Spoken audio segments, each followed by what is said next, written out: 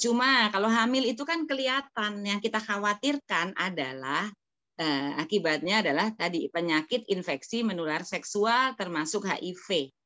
Ini yang kita takutkan ya ini. Dan ini banyak sekali yang tanpa gejala.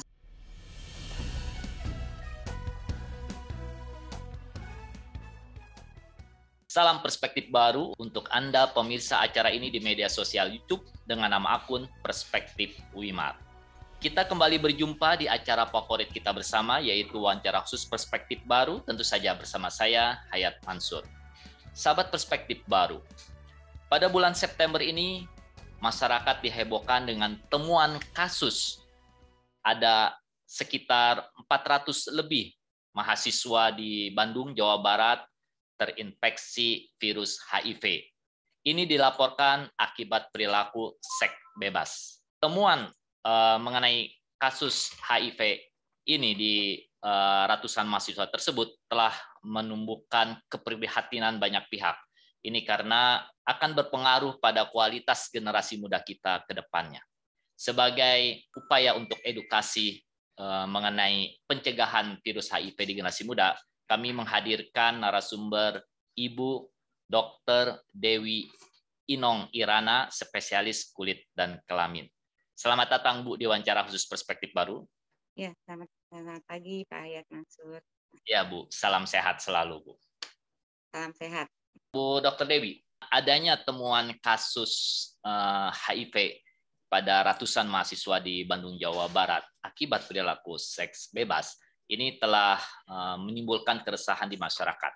Ini karena publik mengkhawatirkan perilaku tersebut menjalar kepada generasi muda lainnya.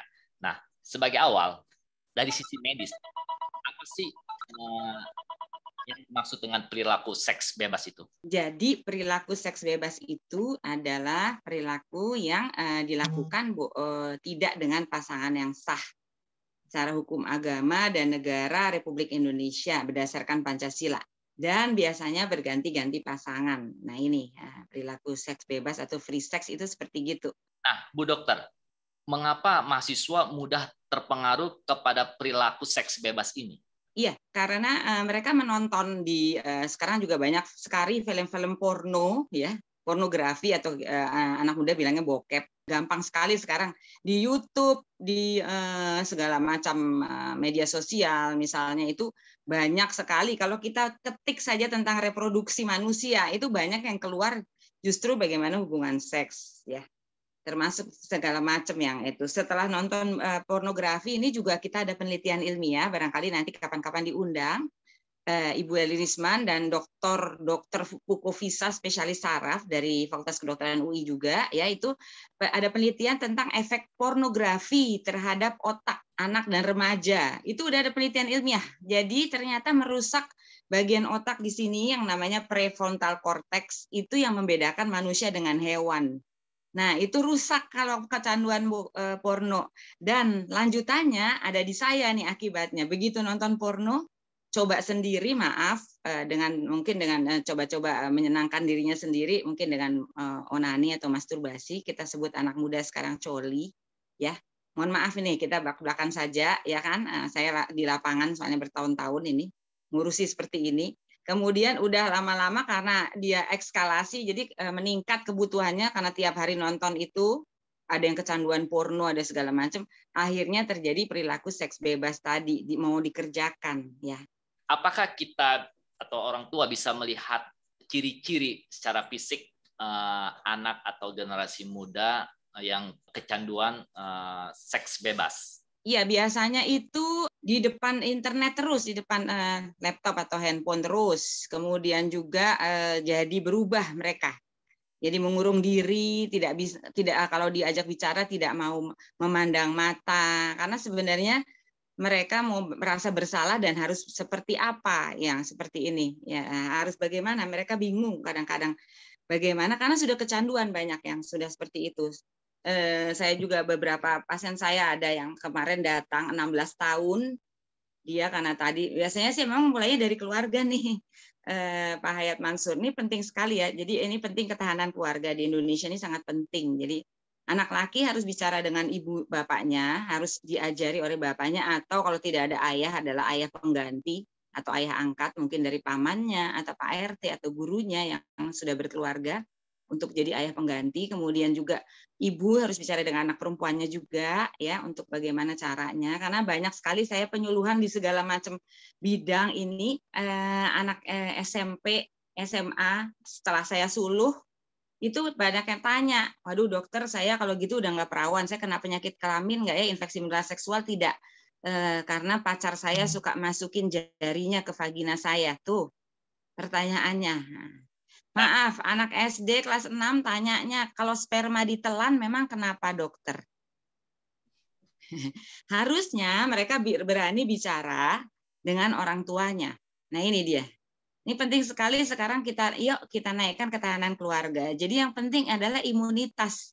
Jadi mau apapun di luar itu kalau kita anak itu sudah imun, diberikan imunitas, maka tidak terjadi apapun insya Allah. Dan ini kita kalau boleh saya mengusulkan bagaimana nanti memanggil para psikolog.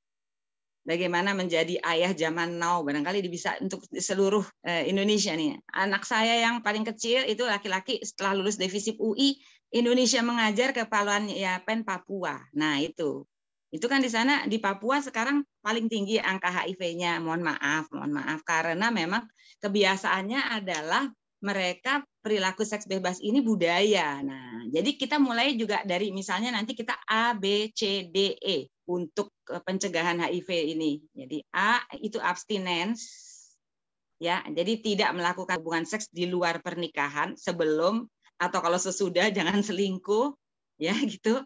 A, abstinen. D, be faithful. Nah, kalau udah menikah tadi jangan kita berganti-ganti pasangan, jangan juga selingkuh dengan laki lain atau perempuan lain, begitu ya. Bapak-bapak juga jangan selingkuh dengan laki lain atau perempuan lain juga. Lelaki lain juga ada sekarang banyak, ya kan. Nah, ini penting sekali. Dan misalnya seperti di Papua, kita tidak mungkin A. Ini pelan-pelan nanti bekerja sama dengan agama di sana, Kristen dan Katolik. Itu kerjasama. Untuk A, abstinens ini kita perlu waktu, tapi kita mulai dari B dulu. Nah, tergantung dari daerahnya nih, ya kan? Jadi kalau bisa be faithful dulu, setia pada satu pasangan. Kalau A belum bisa, tapi kalau di daerah lain saya rasa A bisa. Nah, ini agak memang kita minta maaf, tapi ini kenyataan di lapangan.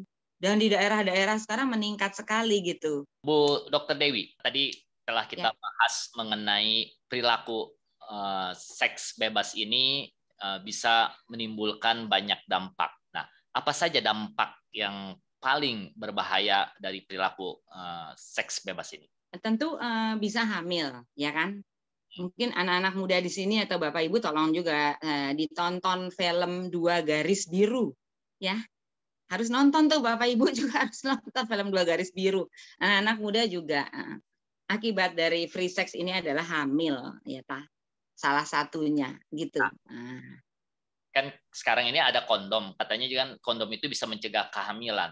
Nah, apakah? Ya, itu keberhasilannya 80% sih. Cuma 80 ya, nggak 100% juga. Kalau salah pakai dan lain-lain itu. Cuma kalau hamil itu kan kelihatan. Yang kita khawatirkan adalah akibatnya adalah tadi penyakit infeksi menular seksual termasuk HIV. Ini yang kita takutkan ya ini.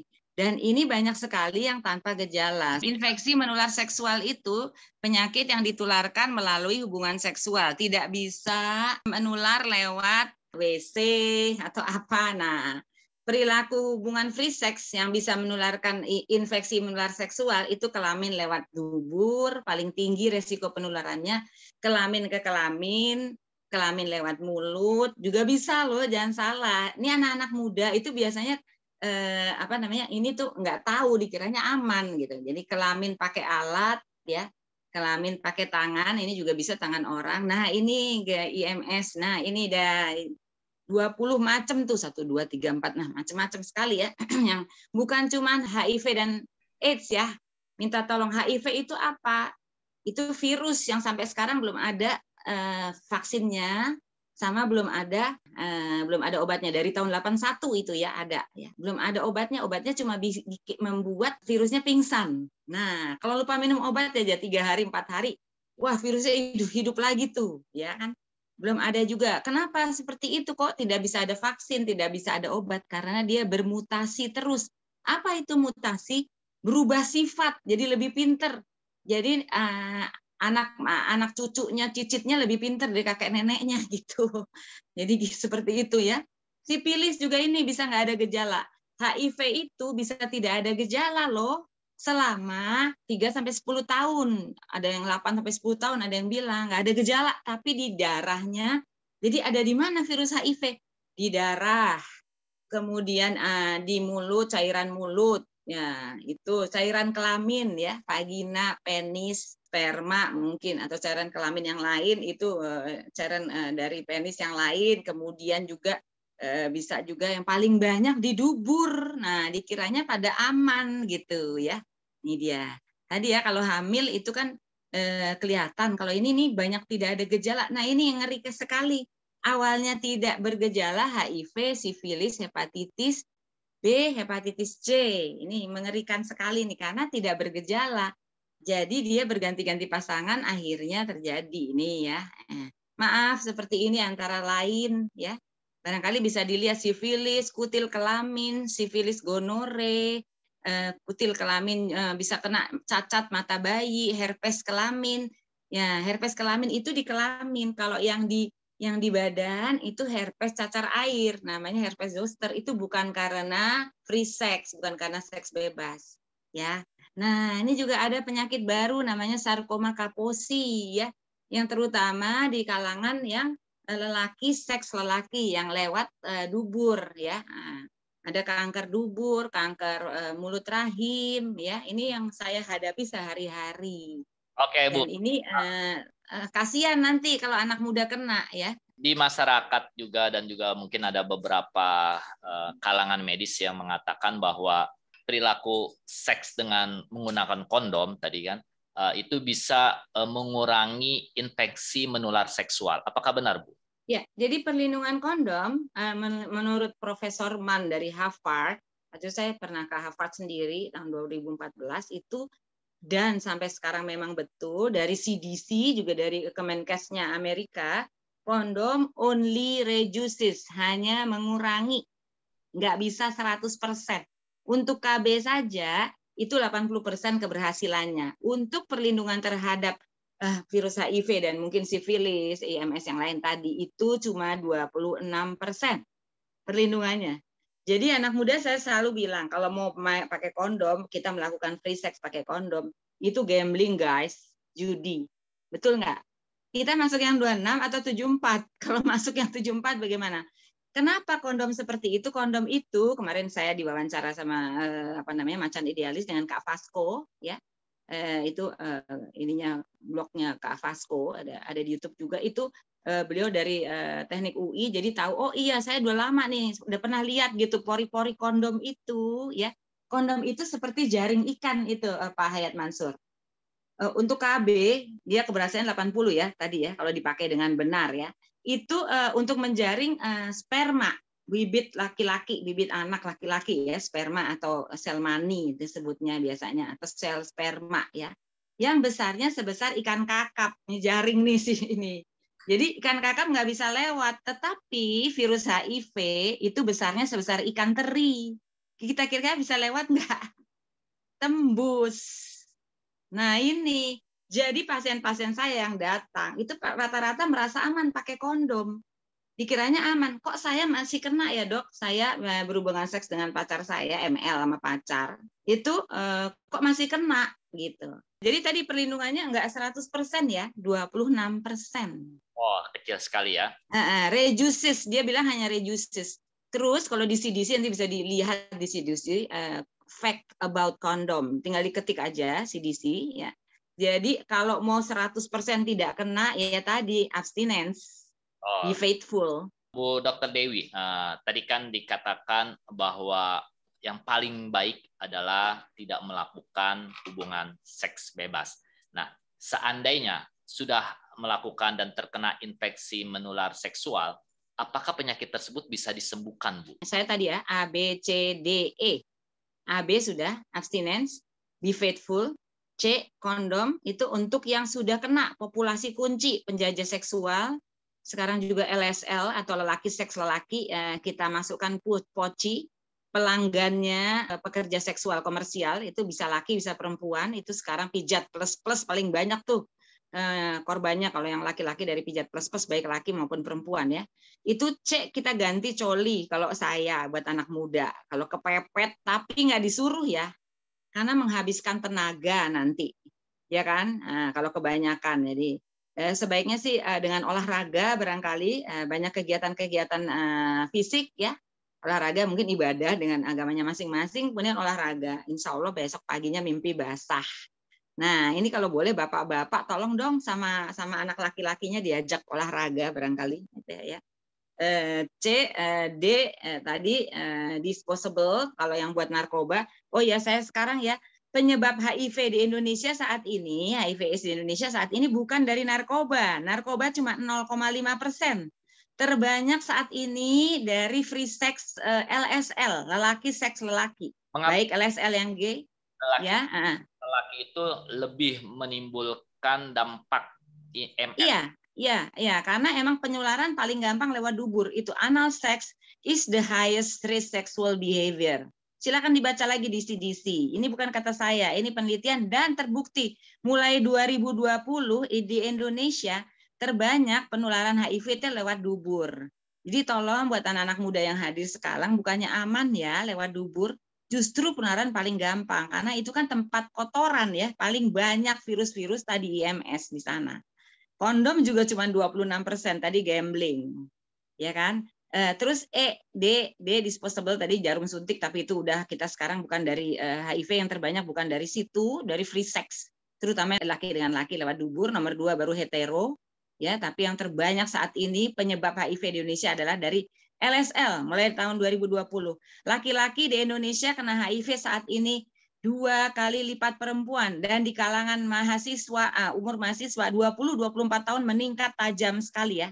Karena tadi merasa aman pakai kondom, Pak, dan merasa aman lewat dubur, pakai mulut, dikiranya aman gitu. Ini penting sekali edukasi. E adalah edukasi seperti yang hari ini, terima kasih banyak ya dilakukan. Terima kasih banyak hari ini. Dan kita ini akan kalau boleh berkelanjutan, saya hanya pembuka mata saja hari ini, karena penting sekali. Bu Dokter, balik lagi ke pertanyaan saya yang awal, kalau sudah terkena, apakah IMS ini tidak bisa disembuhkan atau baik. Semua penyakit IMS yang disebabkan oleh virus itu saat ini belum ada obatnya.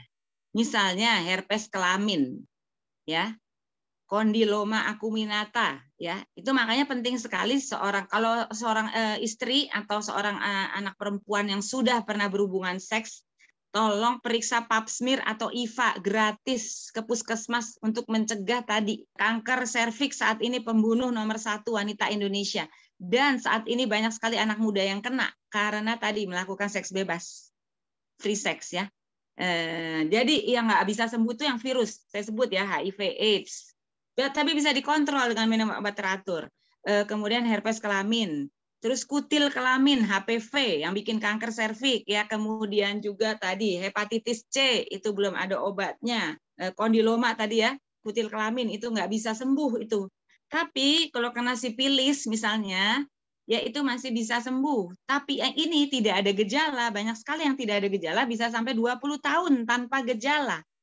Dan menularkan nanti sama pasangan hidupnya misalnya. Makanya sekarang Indonesia paling keren. Ya. Sebelum menikah wajib periksa HIV dan sipilis di puskesmas. Tolong. Buat semua adik-adik yang anak muda, kalau merasa udah pernah melakukan free sex, baik itu lewat kelamin sama kelamin lewat mulut, apalagi kelamin lewat dubur, yang perempuan juga banyak nih sekarang Pak Hayat Mansur, supaya tetap perawan hubungannya lewat dubur. Banyak. Minta maaf ya, saya ini kenyataan lapangan.